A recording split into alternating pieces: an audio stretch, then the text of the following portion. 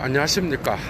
예도는 오늘 저녁 산책부터 마침내 칸트의 위대한 작품 실천 이성 비판 크리틱 프락티스 앤 페어 룸프트라고 하는 이 위대한 1788년도에 나온 프랑스 혁명이 일어나기 전해에 나온 거죠. 이 작품을 여러분들과 더불어 함께 사유하면서 강좌를 이어나가려고 합니다. 여러분, 실천 이성 비판, 칸트가 순수 이성 비판 81년도에 출간을 내어놓고 7년 이후에 출간한 이 위대한 작품을 예도는 오늘부터 여러분들과 더불어서 강좌를 열면서 그죠? 아주 제가 볼 때는 한두 편의 강좌로 끝날 일이 아니고 상당히 그죠? 네다섯 편, 세 편에서 네다섯 편 정도까지 아니면 최대한 7편 정도까지 갈 수 있는 그런 강좌입니다. 여러분, 천천히 오늘부터 예도와 함께 실천 이성 비판의 사유 속으로 함께 들어갈 것을 초청을 하며 오늘 예도는 강좌를 시작하겠습니다. 사실 이 작품을 실천 이성 비판을 이해하는 것은 철저하게 순수 이성 비판과 연결되어 있고, 특별히 85년도에 출간한 도덕 형이상학의 기초 그룬틀 레공주얼 메타피직 데얼 지텐이라고 하는 이 작품이 토대가 되었어요. 그래서 사실은 도덕 형이상학의 토대를 지음이라고 하는 이 작품을 여러분들이 먼저 읽고 사실은 실천 이성 비판을 읽으면 상당히 눈에 잘 들어온다는 거 미리 말씀드리고, 도덕 형이상학의 토대, 정초, 여러 가지로 번역할 수 있는 그룬툴 레궁, 토대를 놓음이라는 뜻입니다. 여러분, 여기에는 칸트가 중요하게 생각하는 도덕 철학의 중요한 개념들이 다 나와 있어요. 특히 선의지라든지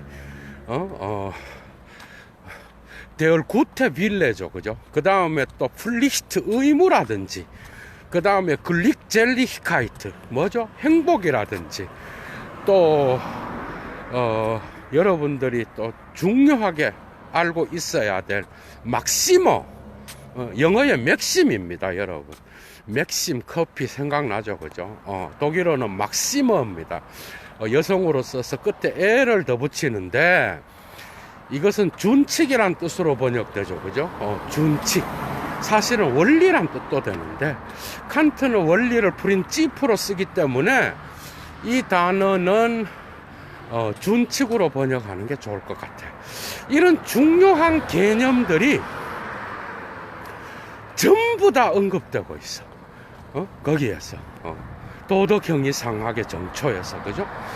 그래서 사실은 그 작품을 먼저 읽고 여러분들이 실천 이성 비판을 읽으면 훨씬 더 눈에 잘 들어온다는 거 여러분들에게 반드시 알려드리겠고, 그 다음에 또 실천 이성 비판은 순수 이성 비판과 더불어서 구성이 역시 분석론과 변증론으로 나누어집니다.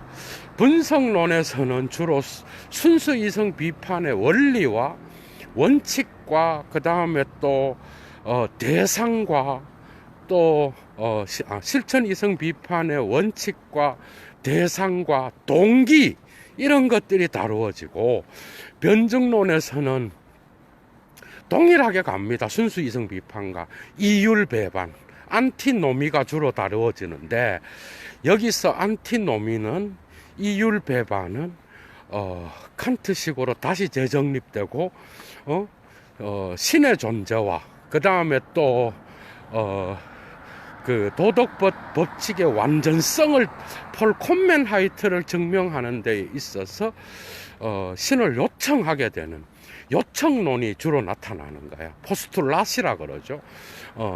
그래서 칸트가 순수 이성 비판에서 자유와 영원 불멸과 신의 존재, 신의 개념 이런 것들을 불가지론으로 갈로 쳐서 묶어 놓았던 그것들을 다시 요청을 통해서 되불러 드리는 그런 방식으로 변증론을 펼쳐나가고 있다라는 거, 그죠? 매우 중요합니다, 여러분. 오늘의 소제목은 역시 칸트는 자유의 이념, 여러분. 이미 순수이성 비판 분석론에서 칸트가 이율 배반을 이야기하기 전에 원인과 결과의 개념을 이야기하면서 자연 법칙의 원인과 결과, 거기서 객관적 연역을 통하여 이 자유를 이제는 그 도덕 법칙과 연결시키면서 선험의 영역, 물 자체의 영역으로 가지고 가고, 그죠? 그걸 그 유명한 가지개, 여러분. 이런 게 다 어려운 거예요. 가지개가 뭐, 예지개. 이 뭐야? 인텔리기블러 벨트야. 인텔리저블은 영어로 이해 가능한이란 뜻이죠. 여기서 그러 번역했다가는 큰일 납니다, 여러분. 인텔리기블러 벨트는 영어로 인텔리저블 월드입니다. 그러니까 가지개는 뭐냐? 다시 말하면 지성으로만 이성으로만 파악될 수 있는 세계. 지성도 안 돼요. 이성이라고 하는 게 훨씬 나. 그러니까 실천 이성을 통하여 선험적 영역으로서 순수 이성에서 간주되었던 그 영역을 자연 법칙의 영역을 갈로치고 거기에 순수 이성이 그 자연계의 법칙에 종속되면서 거기에서 선험적 통각의 통일성을 통하여 인식하는 이 자연의 세계의 법칙에 들어가지 않는 새로운 영역, 순수 이성 비판에 나와요. 그 실천 이성 비판에 나와. 그게 순수 이성 비판에서 자유의 이념을 이야기하면서 자연 법칙의 필연성을 이야기하고 원인과 결과를 추론해서 객관적 영역을 이야기할 때 이미 자유의 이념은 변증론에서 세 번째 이율 배반으로서 나타나잖아, 그죠? 여기에서 나타나는 자유의 이념의 이율 배반을 마침내 칸트는 실천 이성 비판의 출발점으로서 삼고 있어요. 그래서 자유의 이념이 매우 중요합니다, 여러분. 자유. 그래서 이 개념을 이해하느냐, 이해하지 못하느냐에 따라서 여러분들은 실천 이성 비판을 이해하느냐 못하느냐가 결정되는 거예요. 그러니까 자유의 이념과 일치하는 게 바로 가지개야.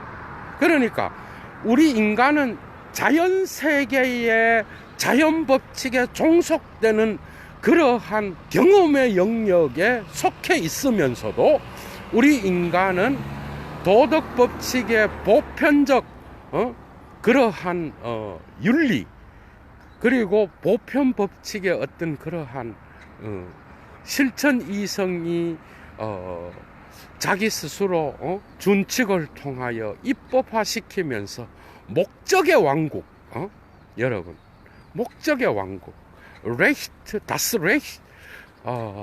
다스라이히 데얼 츠베커라고 하는 이 목적의 왕국에 도달하게 되면서 나타나는 이 가지의 세계, 자연의 법칙에 속하면서도 동시에 보편 이성의 법칙을 대표하는 목적의 왕국을 나타내는 이 인텔리기블러 벨트에 동시에 속한다라고 하는 그래서 순수 이성 비판에서 자연 법칙을 설명하면서 갈로 쳐놨던 그 빈 공간은 결국은 실천 이성 비판에서의 어떤 그 뭐죠?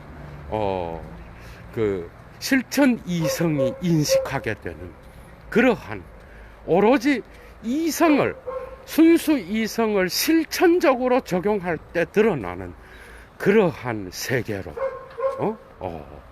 칸트가 설명하고 있다는 거죠.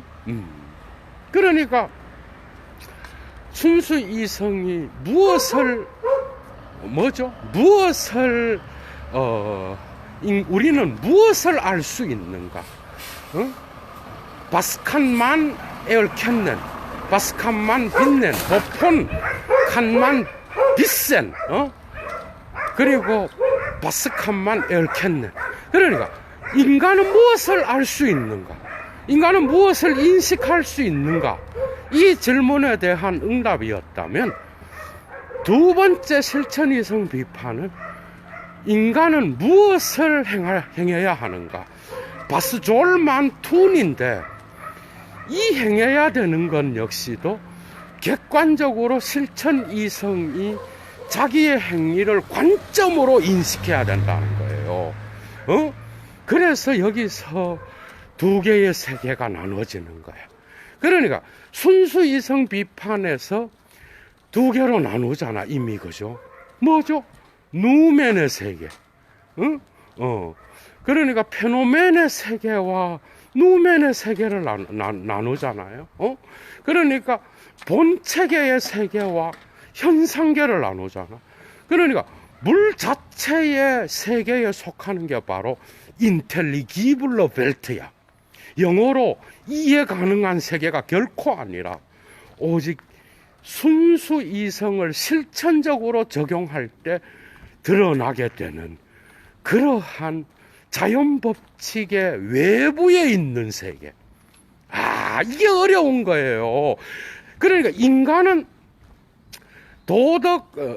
도덕형이상학의 정초라는 책에서와 실천이성 비판 두 개 다 나와. 그러니까 인간은 두 세계에 속하는 거예요. 하나는 경험적 자연 법칙에 되어서 자연 법칙의 인과관계에 따라서, 그죠? 자기 자신의 선험적 통각의 통일을 통하여 이 자연 세계를 인식하는 이런 방식의 어떤 경험적 세계에 속하고, 또 하나는 이러한 자연 법칙의 인과 법칙에 묶여 있는 이 자연 법칙의 노트벤디히카이트 필연성에 붙잡혀 있으면서도 동시에 인간은 무엇을 행해야만 하는가 라고 하는 이러한 보편 이성의 선험적 형식, 다시 말하면 실천 이성의 선험적 형식으로서 정언명법을 이야기하잖아. 그죠? 그 정언명법은 결국은 나중에는 칸트가 물 자체로서 갈로 쳐놨던 거를 전부 다 끌어오게 되는, 다시 말하면 도덕 법칙의 완전성을 설명하기 위하여 인간의 영혼 불멸성과, 그죠? 그 다음에 신의 존재, 이 두 개를 다시 끌어오게 된다는 거야. 그러면서 실천 이성 비판이 그 변증론의 내용을 채우게 되는데, 중요한 것은 이 인간이 순수 이성으로서는 자연 법칙에 기속되는 그런 존재지만, 동시에 인간은 이 이성을 실천적으로 적용하게 되면은 비로소 드러나게 되는 가지개의 세계가 있는데, 그건 물 자체의 세계요. 또 하나는 그 인텔리기블러 벨트, 그 다음에 본체계의 세계라고 할 수 있다는 거죠. 이 두 개를 여러분들이 분명히 이해해야 되는데, 중요한 것은 뭐죠? 중요한 것은 바로 이념의 자유의 이념입니다, 여러분. 왜 자유의 이념을 칸트가 순수 이성 비판에서 이율 배반으로 가지고 갔는데, 실천 이성 비판에서는 왜 이것을 가장 중요한 이율 배반으로 끌어와서 이것을 극복하고 이것을 보편 이성의 도덕 법칙과 연결시키는지, 여러분 이 부분을 핵심적으로 이해하지 않으면 실천 이성 비판의 아우스강스 punk트가 뭔가 하면은 바로 자유의 이념이에요. 그러니까 칸트는 뭐라 그랬어요? 순수 이성 비판 분석론 마지막에서 뭐라 그래? 원인과 결과를 이야기하면서, 원인과 결과는 뭐죠? 인과론이잖아. 이 인과론은, 인과적인 거는 인간의 인식 안에 있는 주관적 영역, 범주에도 들어가고, 이 세계의 자연 법칙의 어떤 그러한 특징으로도 들어가는 거야. 그게 객관적 영역으로도 들어가고 주관적 영역으로도 들어가는 거예요. 그런데 중요한 거는 이 세계는 원인과 결과를 갖고 있고, 그 원인과 결과에 의하여 지속이 나타나고, 그 다음에 거기에서 우리는 이 자연세계 안에서의 법칙을 인식할 수 있는데, 이런 인식은 철저히 실체로서의 개념이 들어올 때에만 가능한 거예요. 그죠?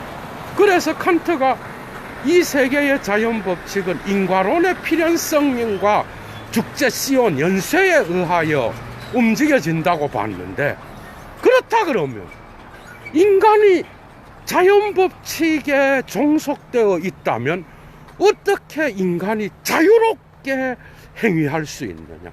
인간이 어떻게 자유롭게 사유할 수 있느냐? 이것은 인간의 관점인데, 인간이 이런 필연성의 연쇄에 종속되어 있다면 도대체 자유는 어디에 있느냐? 이해가 되죠, 이제? 너무 쉬운 개념이에요. 그러니까 이 자연의 인과의 연쇄에 속해 있다면 인간이 어떻게 자기 행위나 인식을, 사유를 어떻게 자유롭게 행할 수 있느냐는 거예요. 인간의 사유는 뭐죠? 사유 역시도 자유롭게 진행되는 거잖아요. 그죠? 그런데 이 자유는 결국은 실천 이성 비판에 가서야 완성되는 거예요. 왜? 모든 인식, 무엇을 알 수 있는가의 인식론적 질문은 자유를 토대로 해서 나타난다고 하지만, 이것이 인간의 행위와 관련하여 내가 자유로운 결단에 의하여 자유롭게 행위하는 것만이 도덕 법칙의 주된 출발점이라고 한다면, 그렇다고 한다면 인간의 실천 이성 비판에서 말하는 그러한 행위의 자유, 여기에서 비로소 인식론적 자유도 완성된다고 보는 거야. 그래서 칸트는 변증론에서 따로 이러한 그 순수 이성 비판보다 실천 이성이 순수 이성의 우위에 있다 그래서 순수 이성에 대한 실천 이성의 우위라고 하는 장을 따로 이야기한다고, 여러분. 이해가 돼요? 그러니까 이 자유는 뭐죠? 왜 이율 배반이에요? 내가 자유롭다고 백날 얘기해도 나의 자유는 자연 법칙의 인과성에 종속돼 있다. 이건 순수이성 비판에서 하는 얘기야. 그런데 그러면 내가 자유가 없느냐? 아니, 나는 자유롭게 사유하거든요. 그러니까 여기에서 이율 배반이 생기는 거예요. 자유롭다 그래도 나는 자유롭지 않고, 자유롭지 않다 그래도 나에게는 자유의 속성이 있는 거야. 이제 이해가 되죠. 그런데 이것을 도덕 철학에서 확장시킵니다. 이게 매우 중요한 거예요. 이게 왜 확장시키는가 하면 자유롭게 행동하는 것만이 도덕적인 거예요. 그렇잖아요. 이게 그 위대한 계몽주의의 명제가 되는 거야. 계몽주의의 위대한 명제가 뭐야? 너의 오성을 네 스스로, 그죠? 네 스스로 너의 오성을 사용하라는 거 아니야? 어? 그런데 이것은 실천 이성에서 완벽해지는데요. 이 행위가 자율에 의해서 나와야 되는 거예요. 타율에 의해서 나오는 거는 도덕 법칙이 아닌 거예요. 자율이 뭐예요? 아우토노미야. 그죠? 오타노미라 그래, 영어로. 그런데, 타율이 뭐야? 헤테레노미야. 그러니까, 타율에 의해서 내가 행위를 하는 거는 도덕 법칙이 아니야. 그거는 강제라든지 권위에 대한 복종인 거지. 나의 자유에 의하여. 오로지 행위자가 원인이 되어서 나 자신의 어떤 결단과 나 자신으로부터 나오는 자유로부터 나오는 행위여야만 그거는 도덕 법칙에 들어가는 거예요. 이게 매우 중요한 거예요. 이게 해겔한테도 넘어갑니다, 여러분. 해겔한테서도 이 자유의 개념이 또 다른 방식으로 변증법적으로 가잖아. 정신현상학과, 그 다음에 또 엔시클로페디라든지, 그 다음에 페디의 어떤 그 객관 정신에서 그렇게 나가잖아, 그죠? 자유는 여기에서 화두가 된 겁니다, 여러분. 그러니까 자유롭게 결단하여 나의 자율로부터 나오는 그 행위가 아닌 거는 전부 다가 도덕과는 상관없어. 그러니까 도덕 법칙에서 위대한 것은 뭐죠? 칸트는 상당히 아리스토텔레스적입니다, 여러분. 아리스토텔레스가 윤리학에서 목적론을 유다이모니아, 행복에 적용시키잖아. 칸트 철학의 위대한 점은요, 이 행복을 의무 아래에 종속시켜버려요. 그게 여러분들 결국은 내가 행복하려고 사는 것이고 이러잖아. 그런데 이건 철학을 오해하는 거야.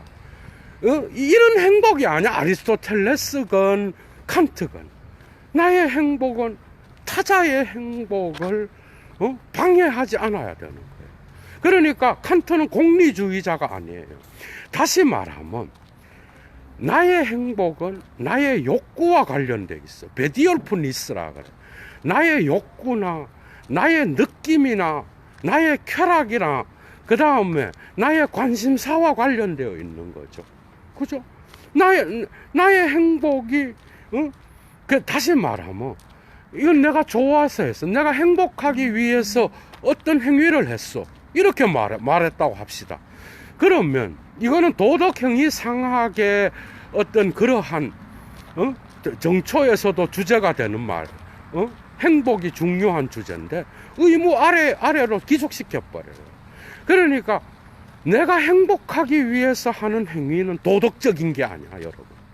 이해가 돼요? 내가 행복하기 위해서 내가 특정한 어떤 행위를 했다 그러면 그 행위는 도덕적인 게 아니야. 오로지 의무에 의하여, 도덕적 의무에 의하여 한 행위를 통하여 행복은 2차적으로 주어지는 거예요. 칸트한테서는. 행복론이 완전히 뒤집어져 버리는 거야. 이 아주 독특한 겁니다, 여러분. 그러면서 칸트는 공리주의자가 아니야. 어떤 최대 다수의 최대 행복 이딴 게 아니라고. 그래서 행위의 동기를 중요하게 여기는 거예요. 동기, 베벡 그룬트, 다스 모티프 두 개 다 있어요, 독일어에서는.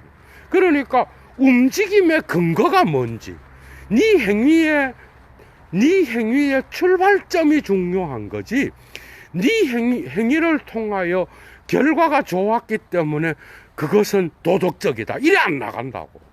그러니까 도덕적 의무는 상당히 강제적인 겁니다, 여러분. 의무라고 하는 거는 플리히트는 매우 중요한데, 이것은 이 도덕적 의무를 행하고 난 다음에 행복은 하나의 크발리피카지온, 자격으로서 주어지는 거야. 이해가 돼요? 자격으로서. 그러니까 내가 도덕적 의무를 내가 좋든 나의 욕구와 나의 관심사를 죽이고 도덕적 의무를 다한단 말이에요. 칸트는 독특한 자기 보존을 이야기합니다. 여기서. 그러니까 어떤 사람이 이 세상을 살기가 싫어, 여러분. 그래서 그 사람이 자기 보존, 젤프스트 베바룽을 포기하고 싶어. 자기 보존을 포기하고 싶은데, 그러나 도덕적 의무는, 그럼에도 자기 보존을 하면서 살라는 거야. 이 사람은 죽지 않고 사는 거야, 여러분. 그런데 이 사는 거는 이 사람의 행복에, 그죠? 글릭젤히카이트에 위반될 수도 있는 거고, 이 사람의 어떤 그 성향, 경향성이라 그래. 독일어로는 항이라 그러기도 하고, 텐던시죠, 영어로. 어떤 상태로 기울어지는 거야. 그러니까 감정과 관련되어 있는 거야. 이거 할 얘기가 너무 많아요. 감정이 달라지는 거예요. 도덕적 감정을 이야기하는 거예요. 그런데 도덕적 감정에서 칸트가 유일하게 건져내는 게 존경이라는 개념이에요. 존경. 그건 나중에 하겠습니다. 어쨌든 그래서 그래서 이 사람이 도덕적 의무에 의하여 자기 보존을 유지하고 있는 거야. 근데 이 사람은 자기 감정이라든지 자기 욕구라든지 이런 것들, 이러한 자기의 감정의 경향성에 의하여 자기 자신을 유지하는 게 아니잖아요. 그러니까 내 행복은 도덕적 의무에 뒤따라서 행복해질 자격을 얻는 거지, 이 행복 때문에 내가 어떤 특정한 행위를 하는 거는 도덕하고는 관계가 없는 거예요. 예를 들면 이런 거야. 칸트가 직접 언급하는 동기 부분에서 언급하는 부분입니다. 어떤 사람이 이거는 푸코 강좌인가 아니면 들레즈 강좌에서 얘도 했던 거예요. 그러니까 칸트가 실천 이성 비판에서 동기를 이야기하면서 이런 얘기를 합니다. 그러니까 어떤 사람이 어떤 여자랑 자고 쾌락을 누리고 교수 때에 간다고 한다면 그 사람은 쾌락을 누리는 것은 결코 도덕적인 게 아닐 것이다, 이렇게 이야기를 하고, 두 번째 이야기에서 어떤 사람이 폭군에 의하여 폭군의 권력에 의하여 거짓 증언을 하고 친구에 대하여 거짓 증언을 하면 살고 진짜 말하게 되면 교수때에 당한다, 교수형을 당한다고 합시다. 그러면 교수형은 두 개가 있는데 이때에 그가 죽을 수도 있는 거야. 그렇게 하룻밤에 쾌락을 위하여 죽는 것은 도덕적으로 이것은 부적합한 것이요, 친구를 위하여 친구라든지 올바른 증언을 통하여 자기 자신이 죽게 되는 거, 그죠? 그래서 올바른 증언을 하게 되어서 자기가 죽고, 폭군에게 거짓 증언을 하지 않고 진리를 선택하는 이런 것은 도덕적인 게 들어갑니다. 여러분들, 여기서 행복은 어디에 위치하는가? 행복은, 그래서 칸트는 행복을 주제로 삼게 되면은 도덕의 보편적 법칙, 나의 준칙에서는, 나의 주관의 준칙에는 맞을지 모르지만은 그것이 다른 7천 이성의 존재자들, 다른 보편적 이성의 법칙에 적용되었을 때는 맞지 않기 때문에 행복을 기준으로 그 행위를 결정하는 이런 것들은 다 거부하게 되는 거예요. 그래서 도덕적 의무를 행복 위에 놓았다라는 거예요. 이해가 되죠? 이런 식으로 나가는 거야. 그런데 중요한 건 뭐야? 가장 중요한 거는 이 행위가 자유로워야 돼요. 그러니까 칸트가 7천 이성 비판에서 하는 이야기는 무엇을 행해야 한다라는 거, 여러분. 행해야 한다라는 것은 도덕적 의무와 관계되어 있어. 그런데 이 행해야 된다라는 게 뭐죠? 행할 수 있어야 되는 거예요. 가능해야 되는 거예요.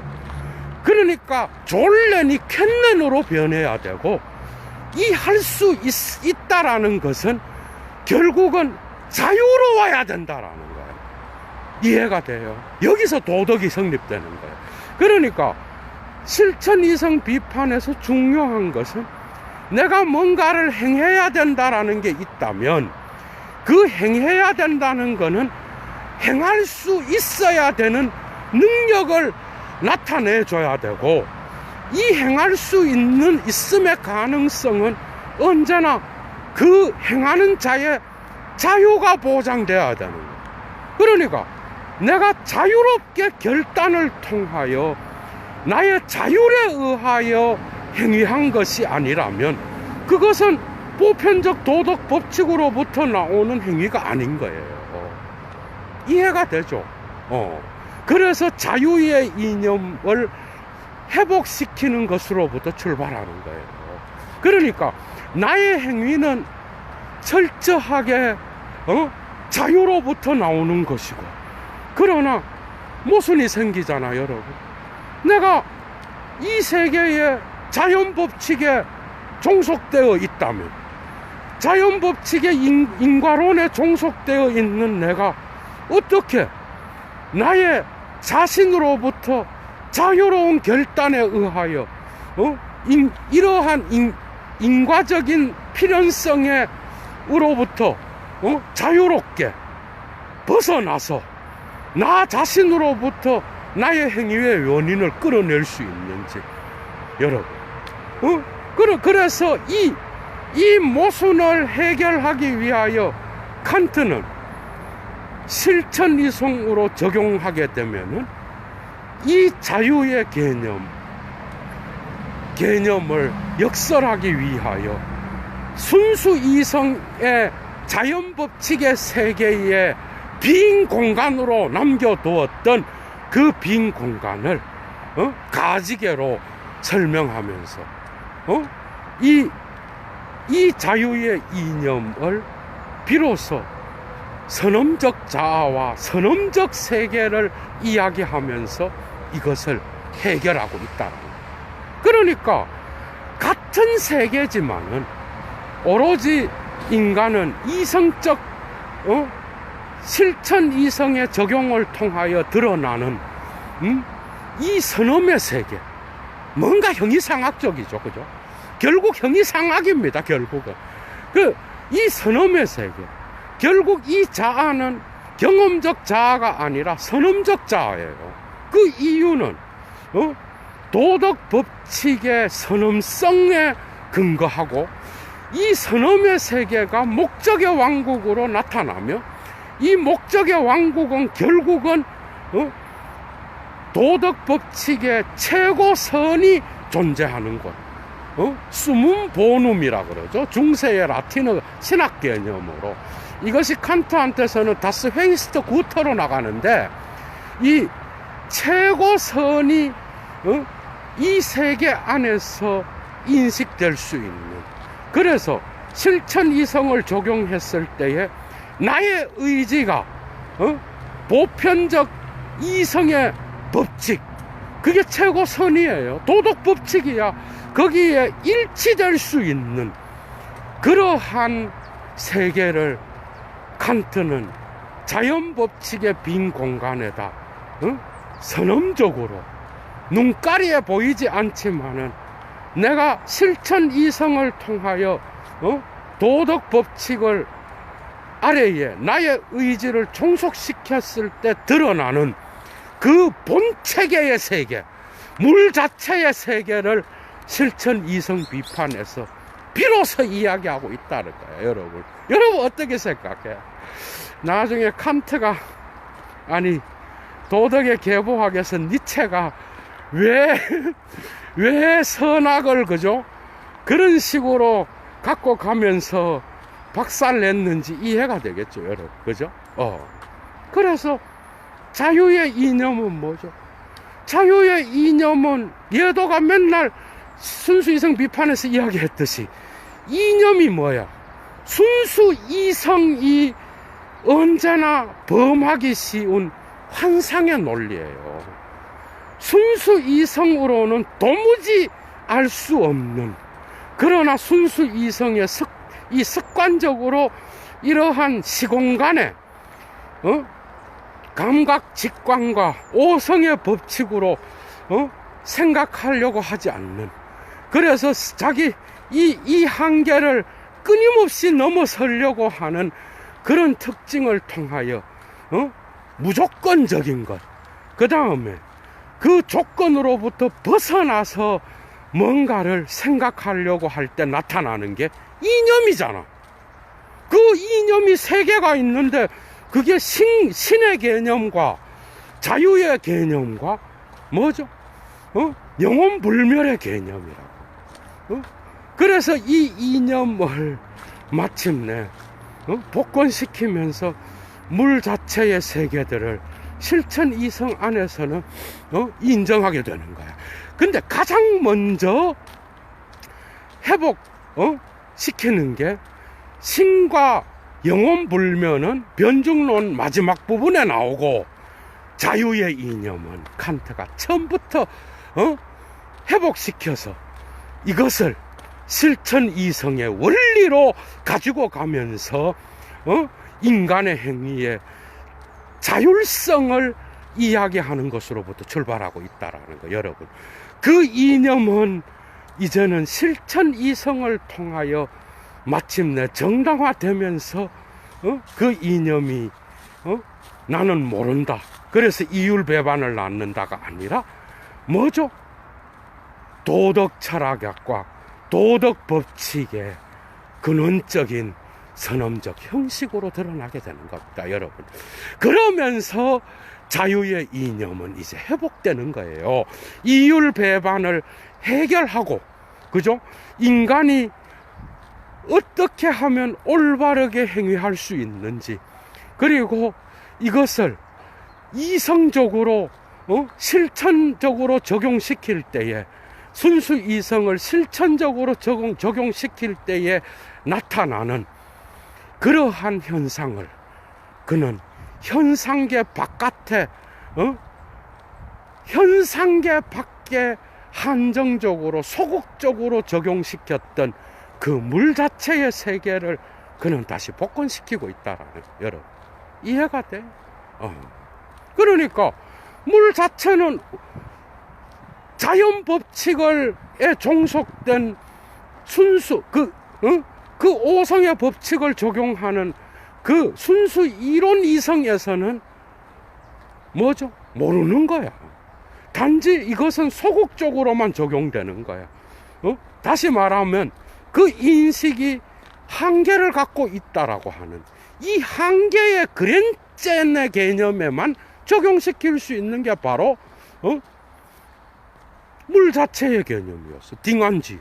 그런데 이것은 이제 실천 이성이 최고선에 나타나고, 이 최고선이 인간의 행복과 그 다음에 또한 도덕 법칙의 마지막 정점을 연결시키면서 나타날 때 비로소 칸트가 자연세계 안에서 나타나는 인과법칙 바깥에 위치시켰던 물 자체의 세계, 오로지 실천 이성을 통하여 우리가 행위를 통하여, 다시 말하면 나중에 내일 하겠습니다. 오늘은 첫 번째니까 정언명법. 여러분, 정언명법이 뭐죠?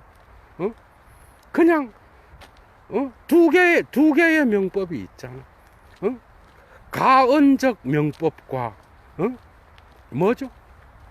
그 다음에 절대적 명법이 있는 거예요. 정언명법은 절대적 명령입니다.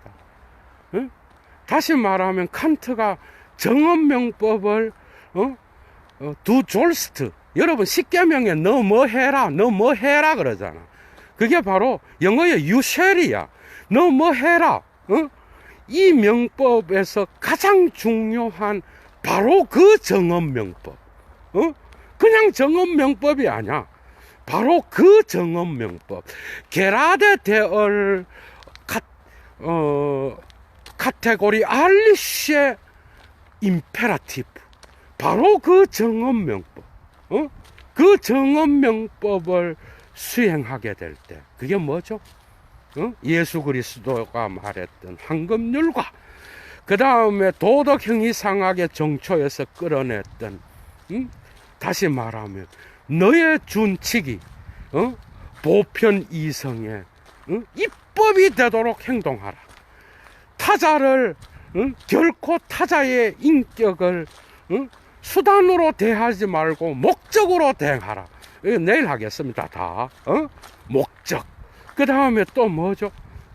또 다른 다양한 법칙들이 나와. 마지막에는 모든 인간의 이성적 행위가, 실천적 행위들이 어느 누구에게도 해를 끼치지 않고 유익한 왕국이 하나 설정되는데, 그게 바로 목적의 왕국에 도달하는 거예요, 여러분.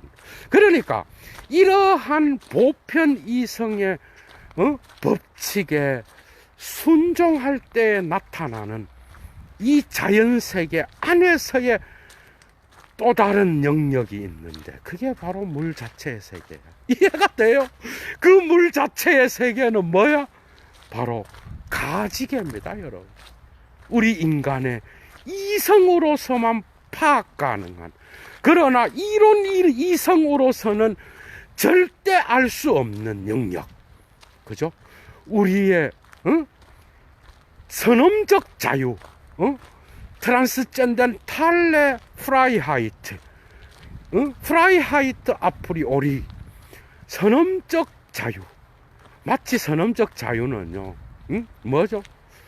무슨 형이상학 개념과 같이 이 인간의 행위와만 관계된 게 아니라 바깥에 따로 떨어져서 따로 존재하는 것 같아. 칸트 책 읽어보면, 여러분.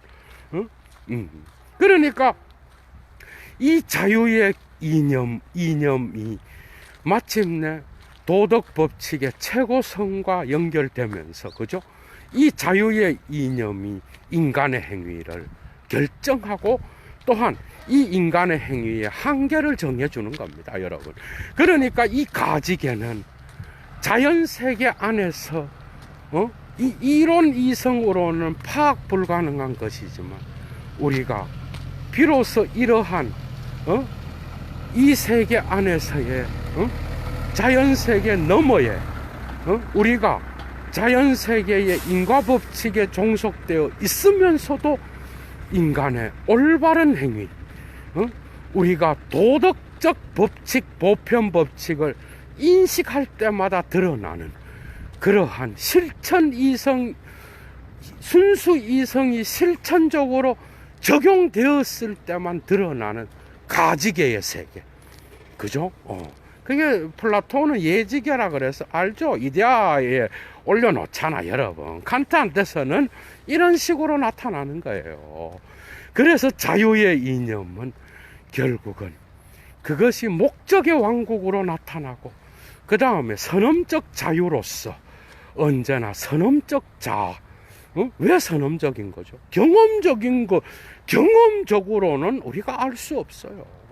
우리의 시공간에 들어오지 않는 거야.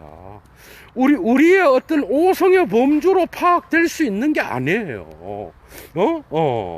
이걸 넘어서서 우리가 올바른 행위를 행해야 되고, 거기에 대한 의무의 정당성을 부여해주고, 이 세계 안에서의 자연의 질서 안에 또 다른 빈 공간의 장소에 우리 실천적 이성만이 인식할 수 있는 이러한 황금률을 내가 이 세계 안에서 행위할 때에 드러나는 그러한 세계. 그게 뭐죠? 그게 바로 가지개입니다, 여러분. 인텔리기블러 벨트. 그 가지개의 세계는 결국 도덕의 왕국으로서 모든 인간들이 보편 이성의 법칙에 따라 살아갈 때에 세워질 수 있고, 나타날 수 있는 그런 세계로서 드러나게 된다는 겁니다. 마지막입니다.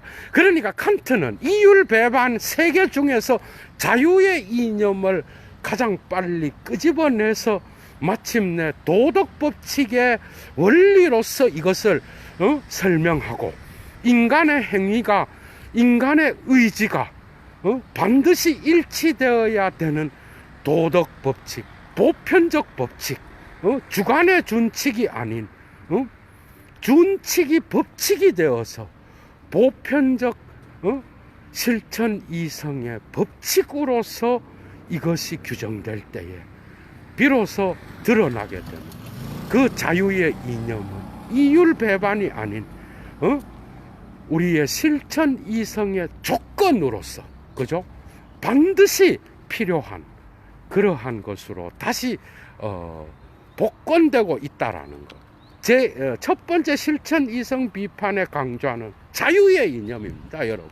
이 자유의 이념을 잘 이해하시고 내일부터 두 번째, 세 번째, 네 번째, 다섯 번째 계속 이어나가겠습니다.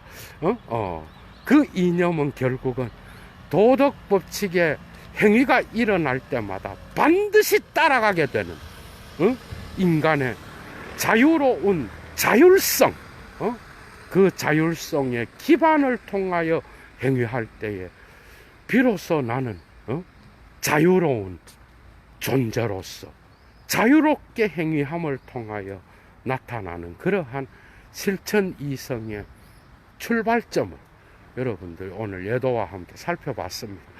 좋고요. 예도는 물러가겠습니다. 주스.